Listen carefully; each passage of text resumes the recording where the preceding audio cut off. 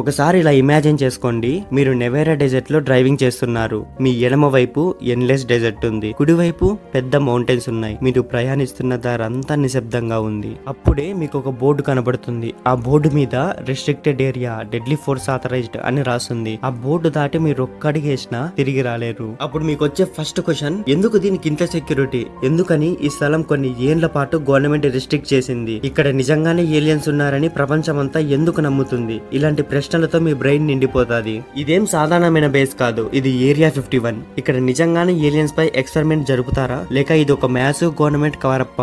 Area 51 నెవెరా dessert లో Las Vegas కి 130 kilometres దూరంలో ఉంది. ఈ ఏరియా 51 ని శాటిలైట్ ఇమేజెస్ లో చూసినప్పుడు పెద్ద లేక్ ఎండిపోతే ఎలా ఉంటుందో అలా అన్మిస్టీరియస్ గా కనిపిస్తుంది. కానీ అక్కడున్న లోకల్స్ ఏమని చెబుతారంటే, ఇది సాధారణ ఎయిర్ ఫోర్స్ బేస్ కాదు. ఏరియా 51 కి ఎంటర్ అయ్యే కొన్ని కిలోమీటర్స్ దూరం నుంచే మనకి warning boards, motion sensors, hidden cameras కనపడతాయి. అంతేకాదు అక్కడి సెక్యూరిటీ గార్డ్స్ కంట పడితే చాలు, ఎవరైనా దగ్గరికి వెళ్తే వెంటనే జీప్స్ వేసుకొని వచ్చి ఆపేస్తారు. కొన్నిసార్లు అయితే బ్లాక్ హెలికాప్టర్స్ కూడా వస్తాయి. అందుకే అక్కడున్న లోకల్స్ ఎప్పుడు ఒకే ప్రశ్న అడుగుతారు, అసలు ఏం దాచిపెడుతున్నారా దాంట్లో అని.